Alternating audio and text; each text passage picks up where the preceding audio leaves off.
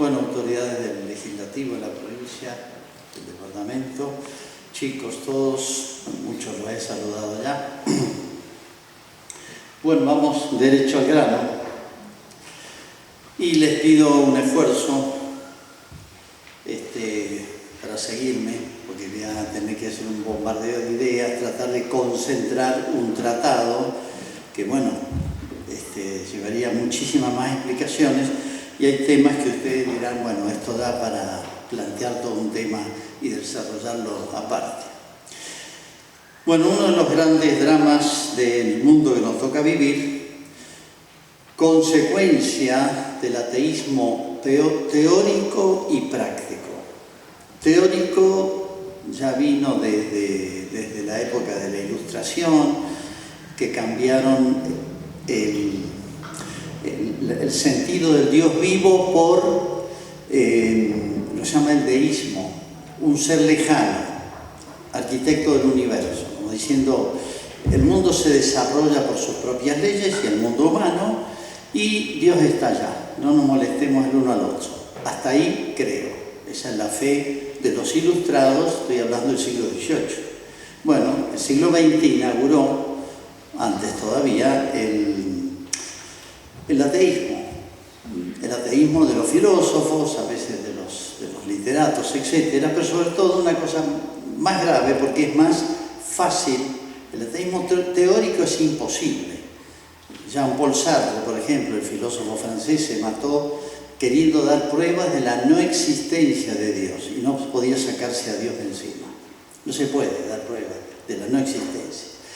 Pero el ateísmo práctico sí se difunde fácil, porque no exige ningún esfuerzo mental. Y las consecuencias de ese ateísmo práctico, vivir como si Dios no existiera, presidiendo el Dios vivo, crea consecuencias que las estamos padeciendo, y por ahí padecemos sin darnos cuenta las causas, y seguimos alimentando las causas y lamentando las consecuencias. Ejemplo de todas las ideologías que van cambiando de nombre. El nazismo es una ideología, el marxismo es otra ideología, algunas variantes del democratismo son ideologías, hasta puede hacerse de la religión una ideología. El Islam es una ideología. Bueno, eso nace de perder el sentido de Dios, ¿no? El lugar que ocupa Dios en el cosmos, digamos, en el mundo de la realidad, ¿no? Otro ejemplo es algo que vemos todos los días, mejor dicho, inauguró el siglo XXI, pero venía de antes, y lo que se llama, perdonen chicos, que esto va para ustedes, la generación de cristal, frágiles. No son capaces de sobreponerse a dificultades, problemas, etc., ¿no? Se quiebran fácilmente. Suicidios de jóvenes o escape de la realidad por el alcohol, la droga, la sexualidad, etc., ¿no? Y uno dice, este fenómeno, debilidad ante el teléfono. Para mí la droga y el teléfono son de los temas más dramáticos de ahora. Y bueno, porque esa fragilidad, esa debilidad, no poder, esa fácil adicción en la que caemos, el hombre, la generación líquida, o sea que no tiene forma, no tiene estructura, muy característica de nuestros tiempos, ¿no? El bajo nivel de capacidad para atender, entender, retener, es abismal. Lo que he vivido yo cuando empecé mis años de apostolado, que daba catecismo a los chicos, y hoy doy catecismo a la misma edad, no han pasado tantos años, bueno, 50 años, es un abismo la capacidad de atender, asimilar, razonar, comprender. Es un abismo. Algo pasó.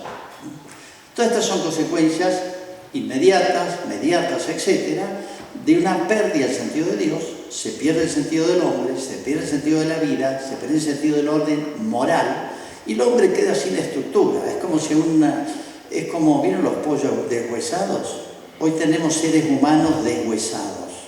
Sáquenle los huesos, no es posible, bueno, hagamos la hipótesis. Sáquenle los huesos a una persona y bueno, se desmorona todo. Bien, voy a tomar el tema de la esperanza, no solamente porque es en el año jubilarse, el año de la esperanza, sino porque es una de las virtudes que estructura, columna vertebral, junto con la fe y la caridad, del individuo y de la sociedad. Es la osamenta, lo que estructura, ¿no? O si se quiere, es el vigor, es toda la musculatura, se puede decir, ¿no?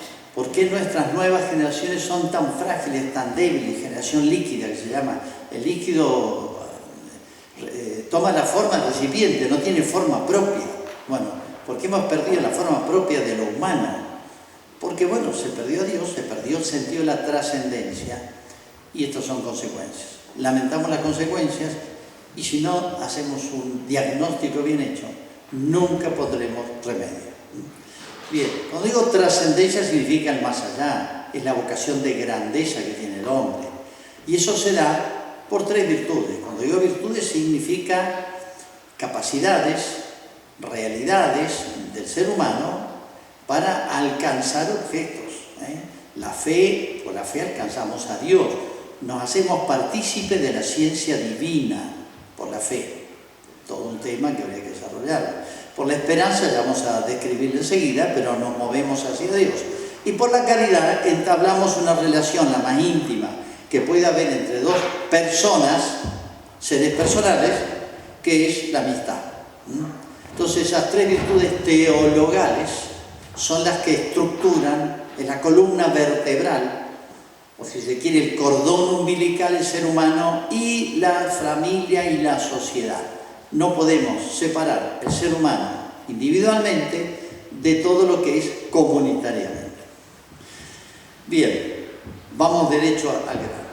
Cuando hablo de esperanza, y aquí hay una acotación que creo que es muy importante, fíjense cómo hace Dios bien las cosas, las hace sencillas. Dios toma, hay un paralelo, una analogía entre el orden natural, más visible, más palpable, y el orden sobrenatural, que no lo percibimos con los sentidos, porque nos manejamos en otro nivel. Por ejemplo, cuando se nos enseñó lo que era la fe, en la Sagrada Escritura, la palabra fe, ya los griegos tenían su palabra y los latinos también, se referían a una manera de conocer. Bueno, tomada esa misma palabra y llevada a otro orden, es lo que se llama la fe sobrenatural, virtud teologal. La esperanza también. Hay una esperanza animal, hay una esperanza humana y hay una esperanza sobrenatural. Ejemplo, de esto habló Aristóteles. Fíjense la descripción que hace Santo Tomás en el siglo XIII de la esperanza, la toma de Aristóteles. Es una pasión humana, un movimiento de la sensibilidad humana, la esperanza. Pongo un ejemplo. Un galgo anda por el campo y sale una liebre. ¿Qué hace el galgo? Salta, no hace falta que le expliquen al galgo. Mira, la liebre es un bichito que te sirve para comer y vos sos apto para agarrarlo. Por instinto el galgo pega un salto y le empieza a correr. Bueno, esa presa tan codiciada la hace poner en funcionamiento toda su fuerza, se puede decir, todo su instinto, toda su inteligencia, todas sus capacidades. Bueno, pero si el galgo ve que la liebre se le escapa porque corre más que él, la abandona. Pero si ve que la puede agarrar, aunque se esté matando, la sigue corriendo hasta que la alcanza. Eso es instinto, eso es un movimiento animal que se puede llamar esperanza. Entonces vamos a definirla. La esperanza es, ante todo, de un bien. Fíjense que estoy hablando de la esperanza instintiva animal. En el ser humano también existe algo análogo.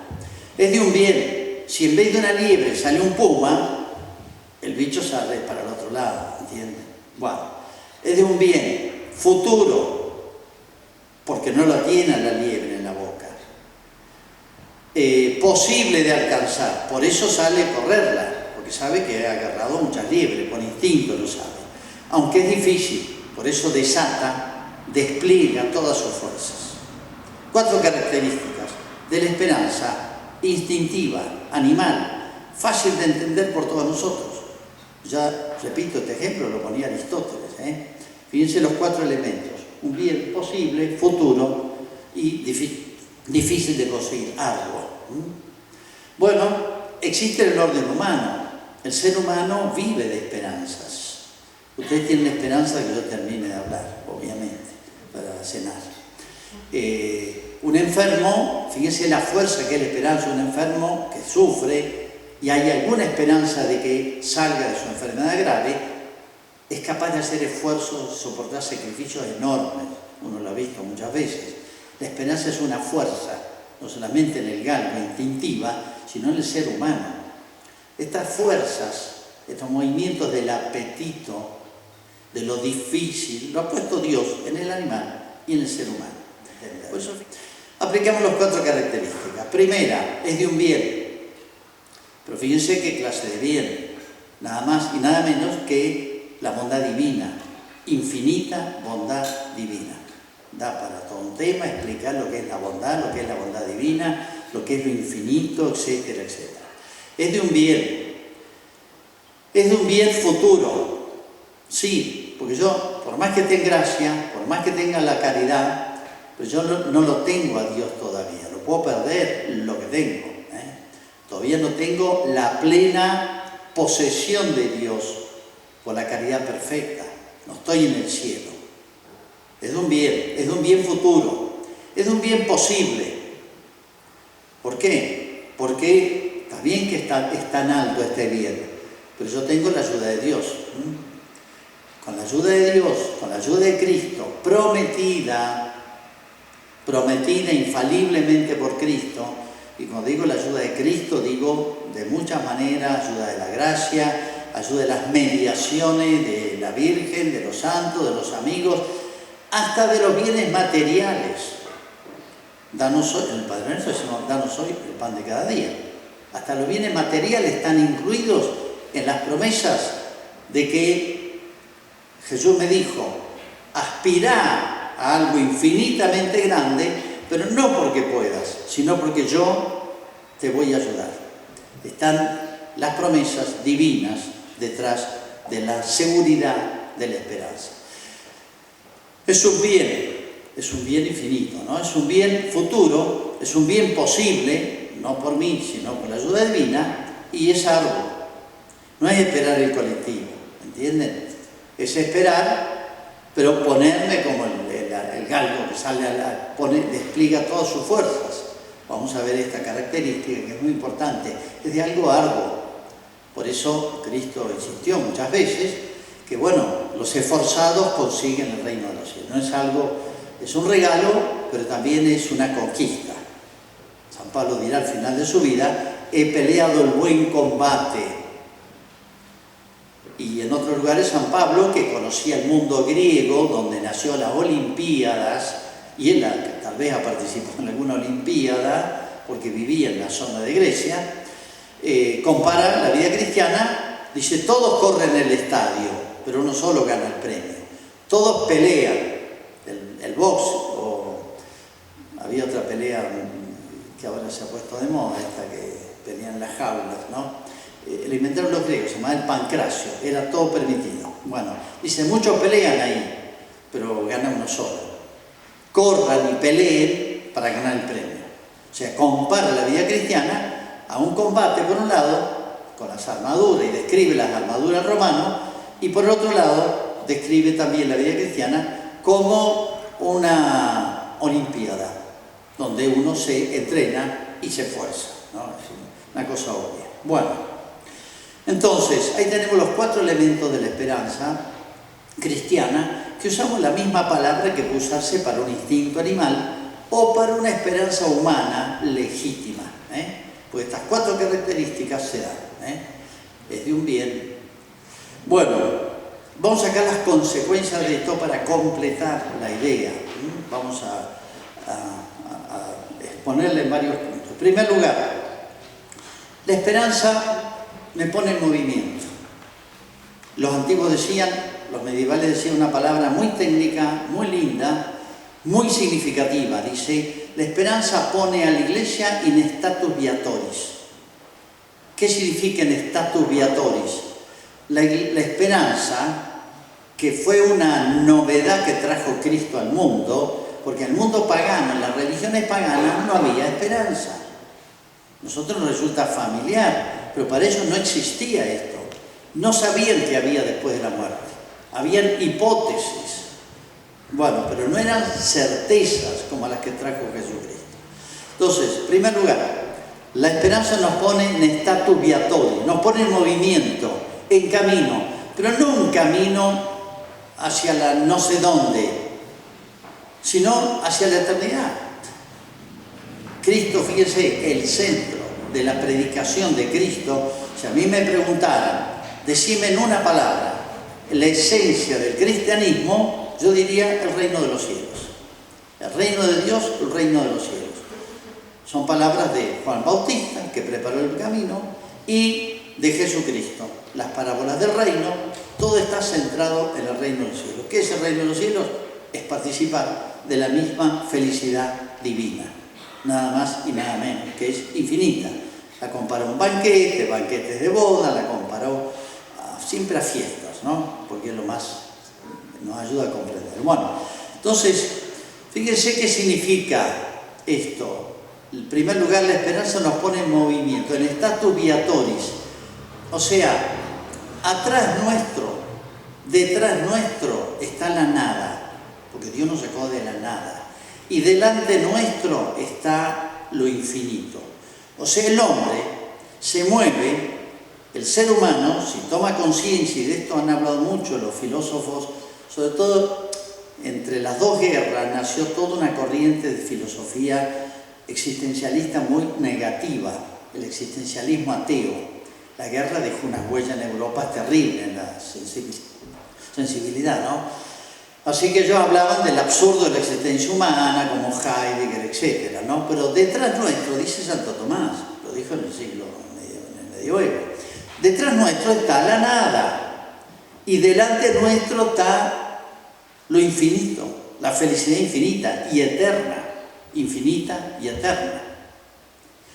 Así que fíjense, el hombre, si toma conciencia, fíjense, entre dos abismos vivimos, entre dos abismos, detrás nuestro de la nada, y podríamos decir también, si no, detrás y delante nuestro, o los otros dos abismos en los cuales se maneja el hombre, vamos a ver, es entre la felicidad eterna y el infierno.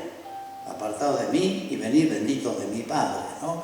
El hombre vive entre abismos, de manera que la existencia humana, chicos, es algo muy serio.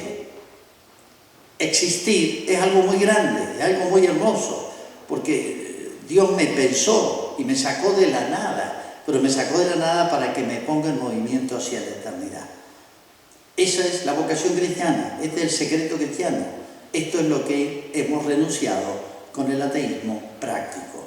No me interesa la eternidad. ¿Qué nos queda si no hay nada por delante? ¿Qué queda? La angustia, la desesperación. Bueno, por eso, desde que uno se bautiza, que es una cosa muy grande, adquiere una nueva patria. Nuestra ciudadanía, decía San Pablo, está en los cielos. Cuando uno se bautiza, adquiere una nueva familia en la eternidad. Esta patria la vamos a dejar, esta familia la vamos a perder. Pero tenemos algo que no vamos a perder nunca más, ¿no? Por eso en esa hermosa oración, a veces criticada, la salve, oración medieval, expresa muy bien este sentimiento del cristiano, la salve. Este valle de lágrimas, este destierro, decía, no, qué poco apego a las cosas de la tierra. No, el cristiano, fíjense, los tiempos, una acusación falsa que nos hacen de que el cristiano, por pensar en el más allá, se desentiende de las cosas de más acá. Típica objeción del marxismo, explícitamente dicho así. Pero bueno, miren, los que más pensaron en la eternidad hicieron catedrales. Los que más pensaron en la eternidad, en la vida eterna, el más allá, hicieron las cruzadas. Hoy no somos capaces de hacer ninguna de las dos cosas. Bueno, Cuando digo que la iglesia es peregrina, una nota de la iglesia, no es simplemente esperar alegremente la muerte y me voy al cielo. No, cuando digo que la iglesia está en status viatoris, que es peregrina, no significa que gozosamente, necesariamente pase el tiempo y yo, sin hacer nada más que esperar el tiempo que llegue, entro en la vida eterna, sino es crecer. Es crecer para hacerme proporcional, para estar con el traje adecuado, diría la Escritura, para el cielo. Porque no estamos preparados para una belleza tan grande, felicidad tan grande, luz tan grande, verdad tan grande. O sea, si no nos preparamos acá y el resto será en el purgatorio, no vamos a poder. Entonces, ese peregrinar de la iglesia, el status viatoris, es dirigirnos hacia una cumbre. Si yo quiero llegar a la Concagua, no me siento en Plaza de Mulas a esperar que la Concagua, no sé, que me lleven en un helicóptero. Tengo que hacer un esfuerzo. Entonces hay que prepararse para esa cumbre, para esa fiesta, para soportar, entre comillas, tanta felicidad, tanta luz, tanta verdad y por siempre, ¿no? Tanta belleza, tanta bondad. Entonces, status viatoris significa de crecer, el llamado a la santidad. Si todos los días, chicos, uno no dice ¿en qué puedo ser mejor esta semana? Después de cada confesión, después de cada retiro, después de cada fin de semana, domingo, no piensa cómo puedo crecer, no está en status viatoris. No ha tomado en serio lo que es la esperanza cristiana.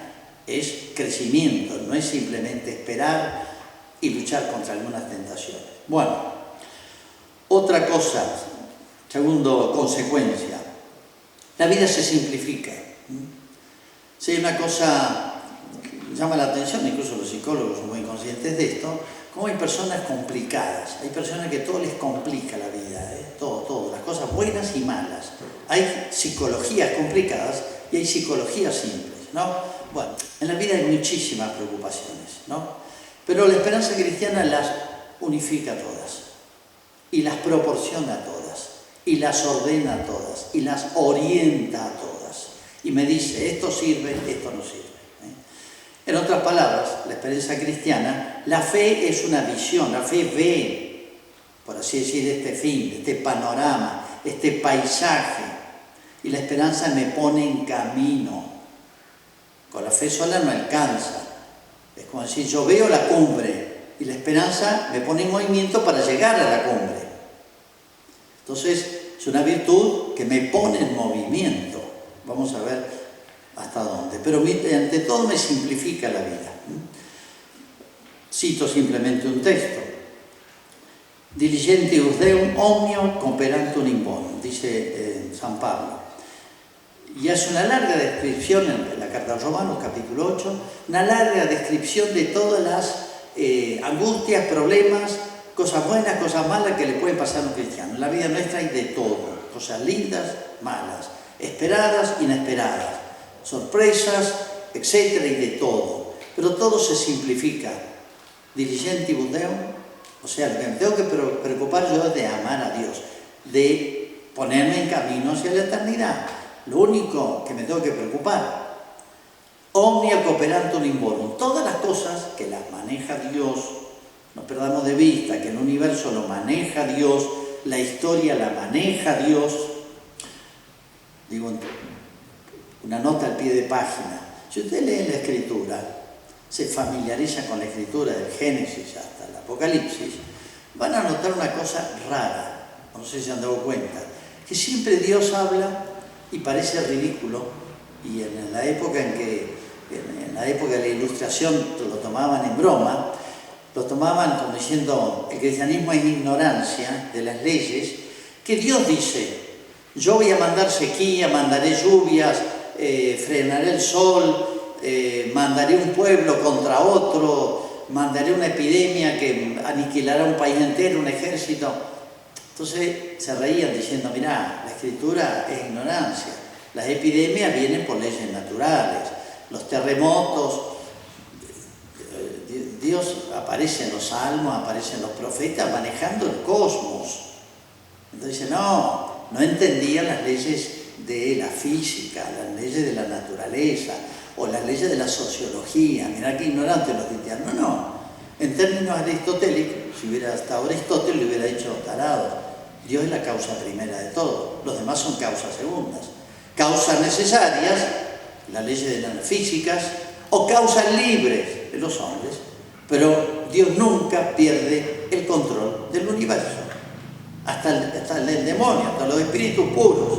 Dios es la causa primera. Entonces no es ignorancia de los antiguos, es suprema sabiduría.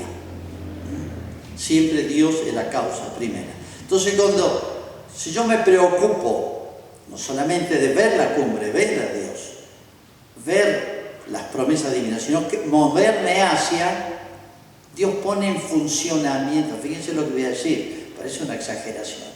Dios pone en movimiento el universo al servicio de cada uno de los hombres que quieren caminar hacia la eternidad. Omnia cooperantur in bono. Todas las cosas cooperan para bien. Y Dios no es que tenga una visión general, muy así difusa, como puede tener un gobernante o un padre de familia, más o menos. No, Dios está al tanto de todo. Entonces Dios, que maneja todo, pone a disposición omnia cooperantur in bono. Todas las cosas cooperan para su bien. El que ama a Dios, o yo diría el que camina hacia Dios, por la esperanza, Dios pone el universo de las cosas y de los hombres en apoyo, en ayuda de esa persona, ¿no? Bueno, otra conclusión muy linda. La esperanza arrastra, potencia las virtudes vinculadas a la fortaleza. La fortaleza no solamente es una virtud, la fortaleza, sino que la fortaleza tiene, un conjunto, es como un sistema solar, que tiene un conjunto de virtudes anexas, qué sé yo, la perseverancia, la constancia, la magnanimidad, la magnificencia, son todas hermanitas, primas, inspiradas por la fortaleza, ¿no? La fortaleza tiene un conjunto de virtudes. Acuérdense que las virtudes son como los músculos del alma, los que hacen del hombre una persona estructurada en el sentido vital, con personalidad, con definición, con vigor, etc. Bueno, pone en funcionamiento todas las virtudes, especialmente de la fortaleza. Yo les ponía el ejemplo del galgo. El galgo despliega todo lo que tiene de fuerza, hasta que se agota. Si lo alcanza bien, si no. Bueno, la esperanza cristiana, si es real, si es vital, tiene que poner en movimiento todas nuestras fuerzas, especialmente las que están vinculadas a la fortaleza. La fortaleza es esa otra capacidad nuestra de lo difícil. Volvamos al hombre, a la generación de cristal. ¿Por qué de cristal? Si el ser humano no es de cristal, no es frágil, somos fuertes, tendremos que ser fuertes. La virtud, virtus, vir, significa varón, vigor, vitalidad. Eso es la virtud. Entonces, ¿cuál es el remedio a los males como yo le decía, de la fragilidad y del hombre sin definición, sin rostro, etcétera, de ahora, generación líquida? Son las virtudes. Nos perfeccionan en nuestra naturaleza, nos hacen más humanos, más plenamente humanos. Bueno, la esperanza tiene una característica especial, es de lo arduo, yo les decía. Desata, potencia todas las capacidades que tiene el hombre de lo difícil. Tenemos capacidad para las cosas difíciles. Es todo lo que está vinculado a la fortaleza, que son capacidades naturales, potencias, y la virtud que perfecciona la potencia.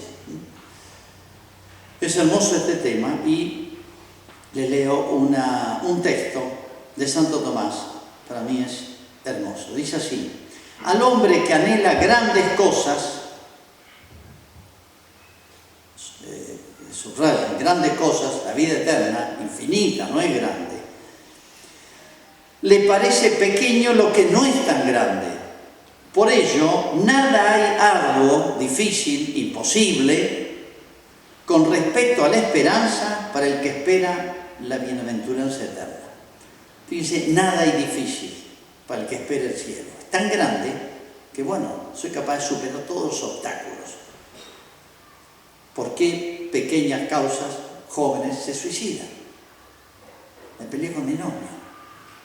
Le hice un raspón al auto, no sé cómo decirle a papá, se ahorcó. Bueno, el ejemplo más grande es el mártir, donde el martirio fue una de las 3 causas, 3 motivos que más, hay un estudio, un libro, una tesis doctoral hecha por un gran historiador francés. El martirio fue uno de los temas que más convirtió al paganismo antiguo. No podían entender que una persona,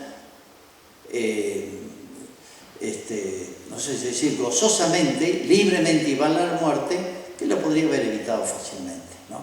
El martirio cristiano es, como decía un tertuliano, es semilla de cristiano. Leo este texto de Isaías. No se fatiga Dios ni se cansa. Dios. Insondable su inteligencia, nos conoce. Él da vigor al fatigado, multiplica las fuerzas del débil. Se cansan los jóvenes y se fatigan y llegan a flaquear, pero los que confían en Yahvé renuevan sus fuerzas, echan alas como de águila, corren sin cansarse y caminan sin fatigarse. Una descripción hermosísima de la esperanza. Otro punto. La esperanza se purifica, la esperanza tiene que crecer. La esperanza no es simplemente esperar el colectivo, simplemente estar sentado, no, es desatar fuerzas. En ese sentido, la palabra esperanza hay que hacerle esa corrección, ¿no? Pero se purifica.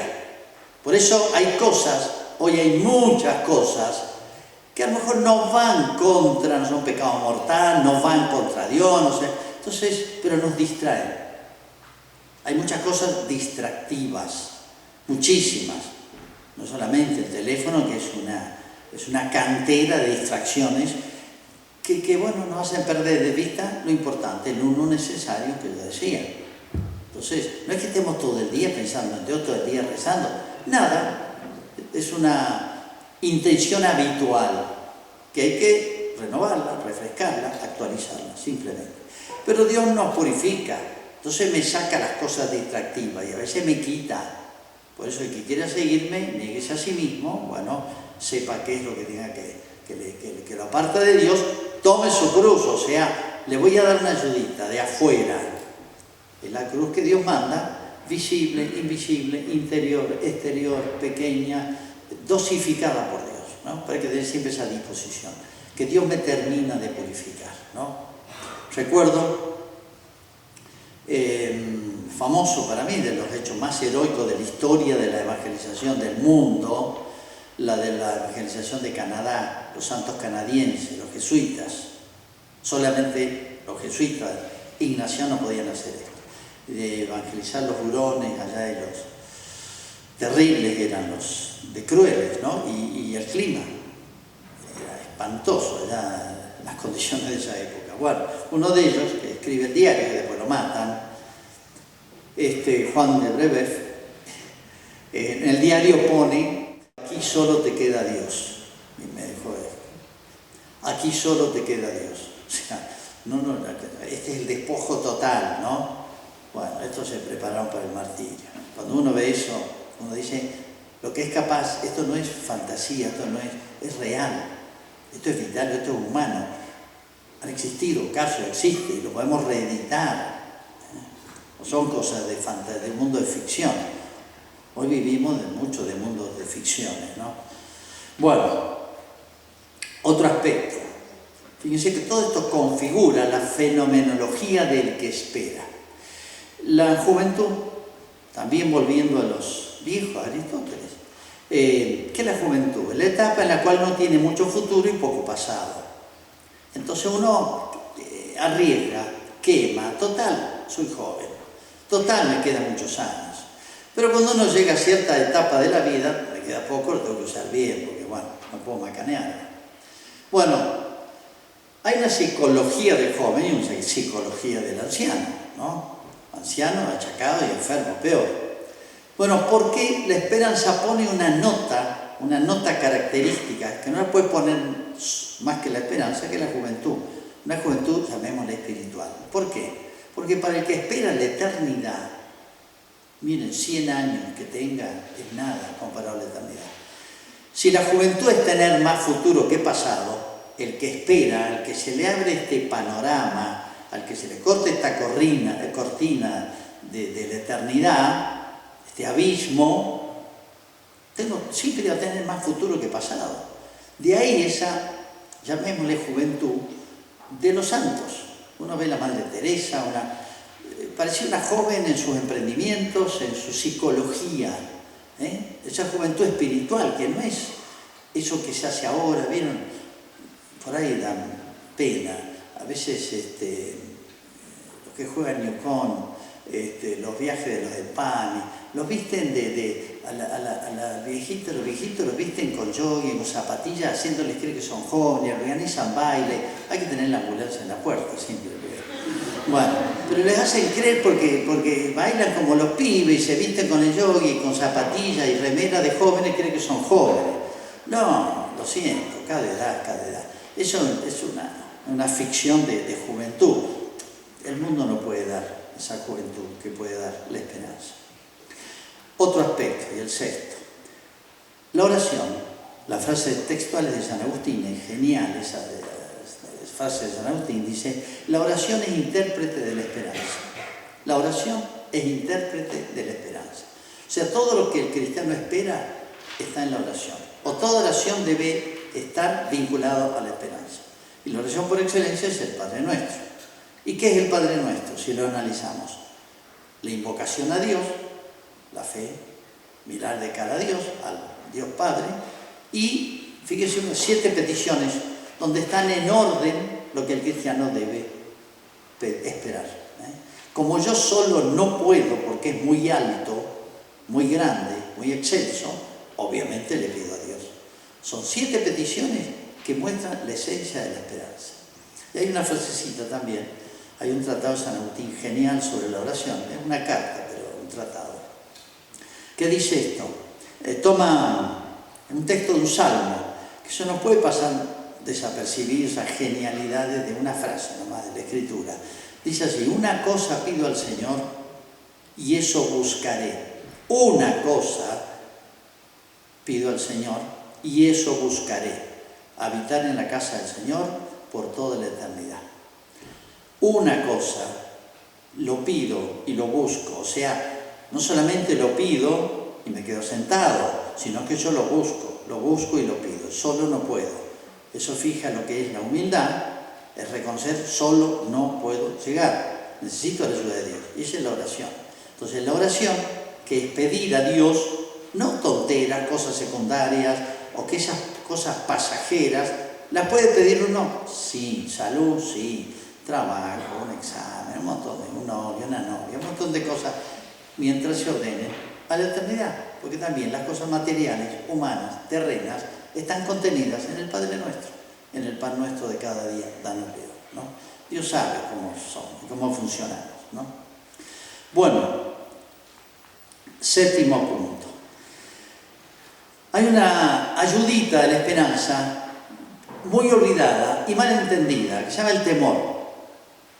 Cuando estudiamos catecismo tenemos una serie de dones del Espíritu Santo, ¿no? Sabiduría, entendimiento, ciencia. A ver, los dones del Espíritu Santo nunca se entendemos ni qué son ni para qué sirven. Pero bueno, debe ser algo bueno porque está en el catecismo. Bueno, hay un don de temor que todos son importantes, pero el don de temor insiste muchísimo en la Escritura. Van a aparecer muchísimas veces, ¿no? Principio de la sabiduría, el temor del Señor. El temor del Señor dura para siempre. Bienaventurados los que temen al Señor, etc. Digo mal entendido, porque muchos dicen: pero ¿cómo Dios puede ser temido si Dios es bueno?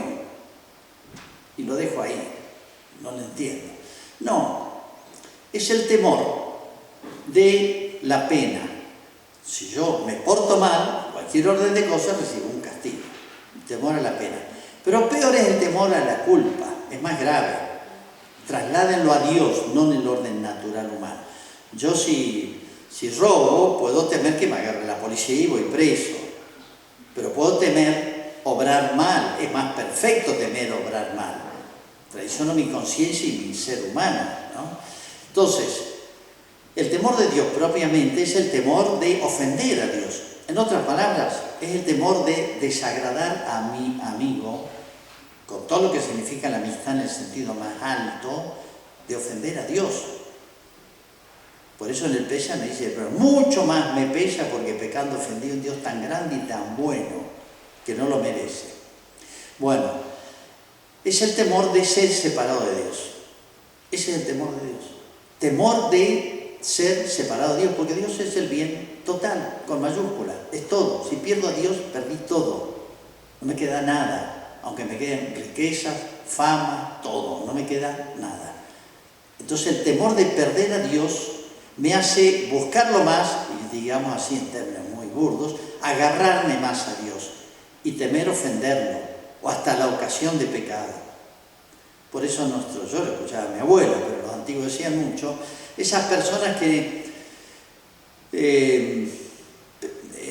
son injustas, transgreden todas las leyes del orden natural, sobrenatural, pero con una libertad de espíritu, esta persona no tiene temor de Dios. Decían nuestros antepasados, con poca instrucción, poca teología, no tiene temor de Dios. Está genial la frase, es sabiduría cristiana, ¿no?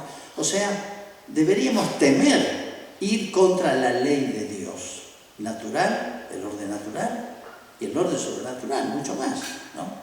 Porque perdemos a Dios y perdemos todo, ¿no? Bueno, principio de la sabiduría, dice, el temor del Señor. ¿Por qué? Si la sabiduría está en la inteligencia y el temor de Dios está en la voluntad. Y porque el temor de Dios me hace pegarme más a Dios. Temer esa fragilidad humana, que es posible. Mientras estoy en status viatoris, soy frágil. Tengo la nada abajo, o el infierno. Elige. Es preferible la nada al infierno. Bueno, tengo eso abajo. Entonces temer perder a Dios, que me precipitaría en el abismo, ¿no? Principio de la sabiduría, porque me da esa sabiduría de la vida, de amar la voluntad de Dios, no temer la voluntad de Dios, ¿no? Por eso el don del temor, y lo que se llama el temor de Dios, es un refuerzo, como un complemento que fortalece la esperanza. Los dones del Espíritu Santo cooperan a las distintas virtudes, ¿no? Pero tienen un accionar, no voy a explicar ahora para no complicar, tienen un modo de accionar, se puede decir, en cierto sentido más perfecto, ¿no? Lo completa, la perfección. Bueno, otro aspecto, el octavo, lo que podemos llamar, así como está, a medida, las virtudes crecen, las virtudes tienen grado 1 y grado infinito. O sea, no es que la tengamos o no la tengamos, sino que si tenemos las virtudes, son hábitos que pueden ir echando más raíces y transformando más, usamos términos modernos, la psicología humana. Pongo de nuevo el ejemplo para mí, dos personas que todos hemos conocido, de lejos al menos, que es la Madre Teresa y Juan Pablo, para mí dos santazos, ¿no? Que uno lo ha visto en acción, no es leer una vida de un santo. Uno veía no había nada sobreactuado, no había nada estudiado. Cuando uno los veía en un reportaje o actuar, la vida desde rezar, comulgar, tratar con la gente, bueno, en el obrar no había nada sobreactuado. Lo sobrenatural le era tan natural y lo natural le era tan sobrenatural. Bueno, eso no se logra un día para otro, es un largo camino. Las virtudes perfeccionan la naturaleza humana. O sea, es como si yo fuera cada vez más saludable. La salud no se siente, ¿vieron? Se siente la enfermedad. La salud la tengo puesta. En todo caso me hace sentir mejor. Pero las virtudes son la super salud, las virtudes sobrenaturales son la super salud del alma, la super vitalidad, lo superhumano, por así decir, ¿no? Pero está tan entremezclado y compenetrado con lo sobrenatural, con lo natural, porque Dios, que es autor de la naturaleza, Dios es el que perfecciona por la gracia. Y las virtudes es la gracia en acción. Esas son las virtudes, en distintas acciones. Estamos hablando de una, de esperanza.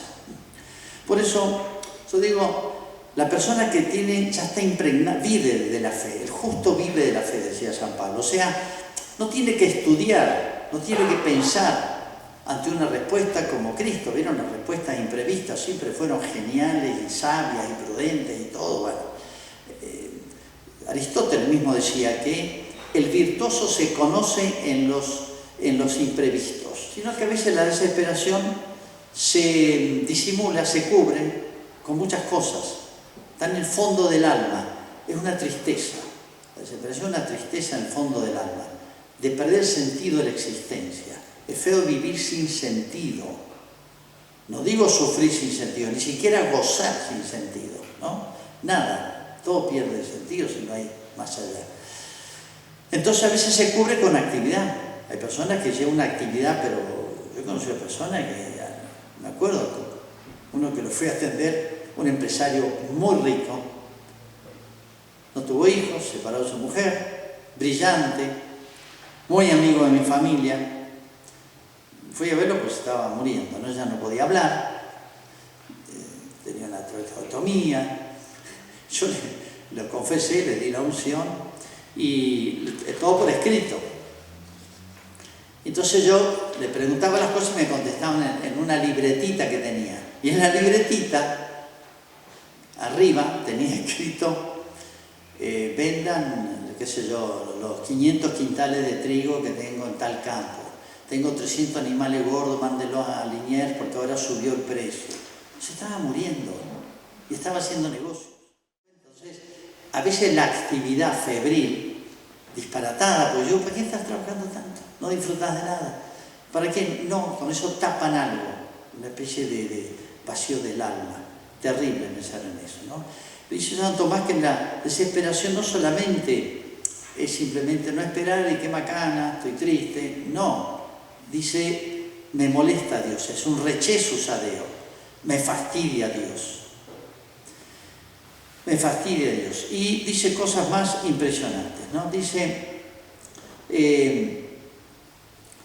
¿cuál es lo más grave de los pecados? Fe, esperanza o caridad. Dice, los pecados más graves son contra la fe y la caridad, por distintas razones.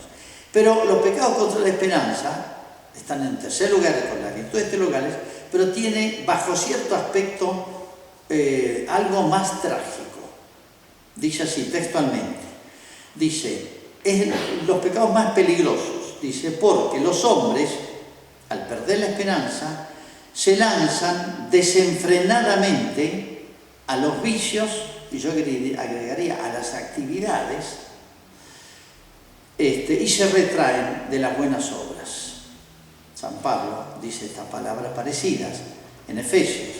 Desesperando, hablando de los paganos, se entregaron al libertinaje hasta practicar con desenfreno toda clase de impurezas. La persona que no espera es lo que lo dice el refrán, comamos y bebamos que mañana moriremos. Y fíjense la genialidad psicológica de Santo Tomás, y no Santo Tomás, sino de los antiguos, porque esto lo toma de los padres de la Iglesia, de la sabiduría cristiana, genialidades psicológicas de observar los movimientos de lo humano, conocimiento de lo humano. Lo moral y lo psicológico está pegado, está muy pegadito. Dice así, ¿por qué viene la desesperación? Sobre todo por dos pecados capitales, o mejor, dos inclinaciones o vicios capitales. Textualmente, Santo Tomás. El que nosotros perdamos el sabor de los bienes espirituales, perdamos el sabor, el gustar, o que no nos parezcan grandes, hemos perdido el sentido del cielo, de la vida eterna, por un lado porque predicamos poco los curas del cielo. Eso me reprocha de mi padre, muy ya mayor, dice, tienen que hablar más del cielo ustedes los curas, y me hizo pensar. No nos parezcan tan grandes, el cielo sí debe ser lindo, hay algo más allá debe haber, pero no escucha eso, no, es todo.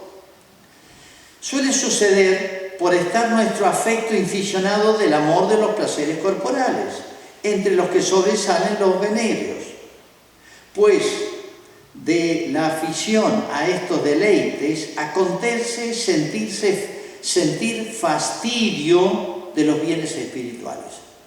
Ese fastidio de las cosas espirituales no me interesa, me molestan, no me hables de eso, no quiero ir a un retiro, no me hagan rezar, no me hagan ir a misa, no quiero tiene 1000 expresiones distintas, gestos. Fastidio de los bienes espirituales. Y no esperarlos como bienes arduos, mucho menos. En este sentido, la desesperación procede de la lujuria. En otras palabras, se potencia mutuamente. Perder la esperanza, comamos y bebamos y sexo libre, que mañana moriremos. Y a su vez, el dedicarse, entregarse al libertinaje, y yo agregaría teléfono, que es una droga, o la droga, toda la variedad de drogas, agregaría música, agregaría aturdimiento, agregaría muchas cosas, y ustedes tendrían un catálogo más para... todo eso va creando un fastidio, una cosa ya de las cosas espirituales, terrible. Entonces no me interesa, no las busco, no son un bien con mayúscula. Entonces no las voy a buscar y me hundo más en la desesperación. Es causado por la lujuria, pero sigue Santo Tomás,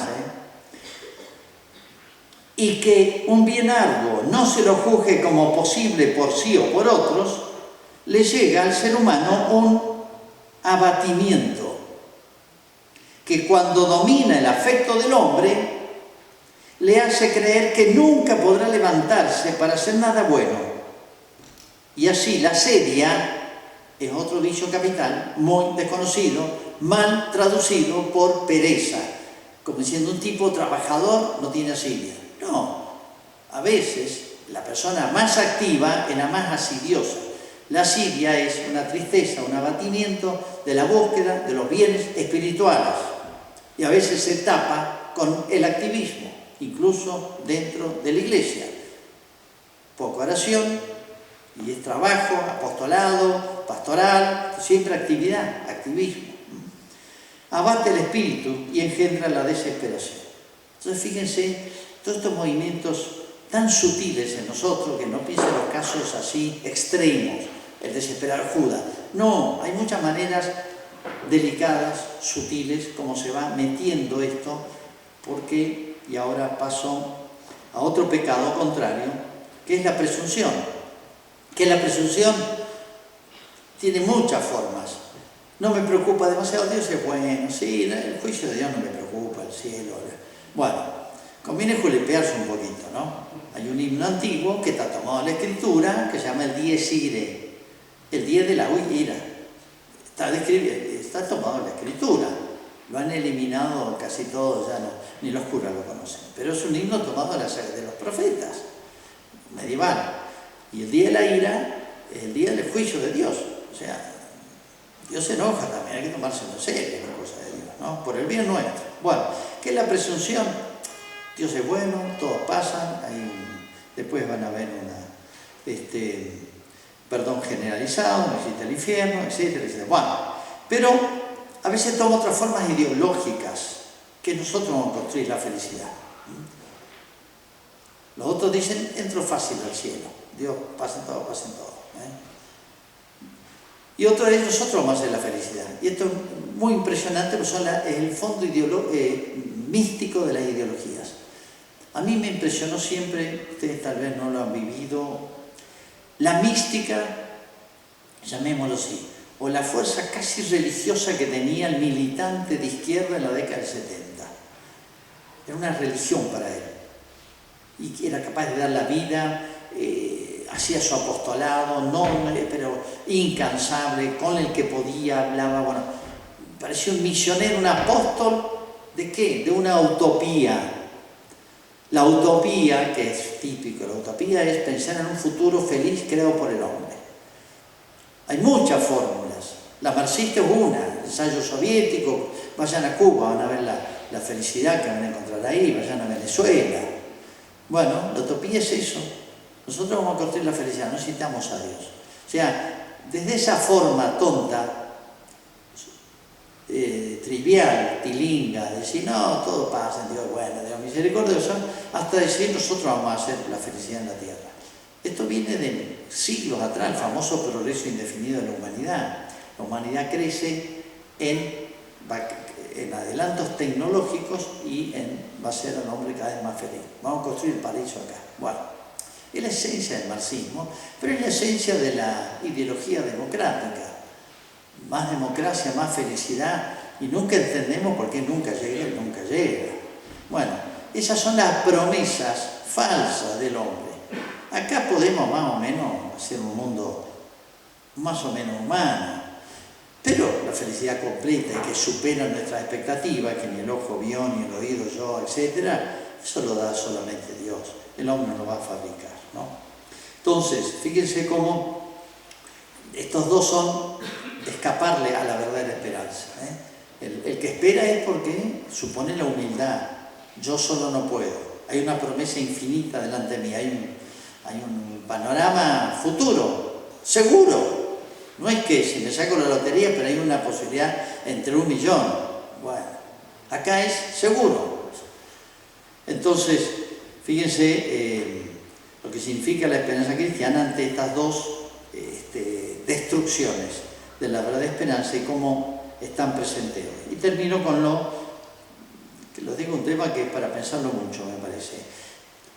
Esto que estoy tratando de describir, que es una virtud que forma parte del complejo de las virtudes, pues son muchas virtudes lo que configura la personalidad del cristiano, no es una. Acá hemos analizado una, como si estuviéramos estudiando anatomía, bueno, vamos a estudiar el riñón, pero hay mucho en el hombre más que el riñón. Bueno, entonces, esta virtud que configura parte del ser cristiano, de la esencia del cristianismo, configura también una cultura. O sea, ¿qué es la cultura? Es lo que se transfiere del sujeto a la sociedad. Podemos llamarlo hábitos sociales, ¿no? Buenos o malos. Si es una sociedad sustancialmente cristiana, bueno, las virtudes, la vida teologal, las virtudes cardinales, de alguna manera se hacen cultura, sociedad, costumbres sociales. El pudor, por ejemplo, el noviazgo como se llevaba hace, casi diría en mis tiempos, pero se visitaba la novia el jueves solamente. Ahora van a vivir con la novia el día siguiente. Antes el día de los novios era el jueves. Visitaba a la novia y había alguien, siempre mandaban al hermanito más chiquito que se sentara ahí en el comedor, y siempre pasaba la mamá, papá, y bueno, era pudor, pero no se veía como un tabú ni cosa de locos, y funcionaba todo más.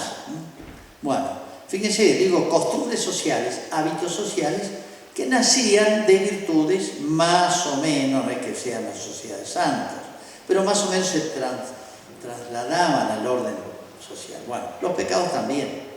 Y hoy existe esta cultura de los vicios capitales, la cultura de la soberbia. Los vicios capitales lo explican todo, en el sujeto y en la sociedad. Hoy hay una cultura de la soberbia. No me interesa nada lo que manda Dios. Todos los días los pueblos que son formalmente negación de la ley divina y natural, pero a nadie le interesa. Entonces esa frialdad, esa soltura con la cual se transgrede a Dios, falta el temor de Dios, es la esencia de la soberbia. Seréis como dioses. Ustedes van a decidir, le dijo el demonio a Adán y Eva, ustedes van a decidir lo que es bueno o malo, verdadero o falso. Independícense de Dios. Soberbia, la cultura de la soberbia, es la ideología. Pero no piensen los grandes filósofos de la ideología, piensen en la vida cotidiana nuestra. El pibe que ya no le interesa lo que está bien o lo que está mal. El asesinato que vimos el otro día, que todo el país se conmociona. A mí no me impresionó la muerte de las 3 chicas. A mí me impresionó el mundo en el cual vivían estas 3 pibas. ¿Cuál era su vida? Y del ambiente. No es de ellas 3 solas, es todo un ambiente, es toda una banda, es toda una cultura o subcultura real de la sociedad, que hay muchas. Entonces, no me horroriza tanto la muerte, porque es algo físico que padecieron, sino me horroriza la conducta de estas personas y cómo la sociedad engendra estas conductas. Eso es lo pavoroso. Entonces tendríamos que reaccionar no poniendo más policía en las esquinas, más cámara, más patrulleros, más... No, problema es moral, ¿entienden? Bueno, hay una cultura de la lujuria, hay una cultura de la avaricia, hay una cultura de la asidia, hay una cultura... Entonces, ¿qué quiere decir con esto? Cuando digo que es cultura, no es simplemente un tema para estudiar, sino que yo lo tengo puesto. No me di cuenta cuándo ni cómo se me metió, pero lo tenemos todo puesto. Lo que es cultura, lo respiré en el ambiente. Es inútil, es como el aire, yo respiro lo que está, no selecciono. No tengo un filtro, recibo. Y bueno, lo tenemos. Entonces, nuestros cristianos padecen todos estos males que se han hecho cultura. Bueno, ya es demasiado, hay muchos temas para meditar, no. Pero bueno, creo que esta tal vez pequeña, aparentemente pequeña virtud, porque está entre dos grandes, la fe y la caridad, pero complementa el ser cristiano en algo que le es absolutamente esencial. Bueno, nada más, y estoy abierto a comentarios, preguntas.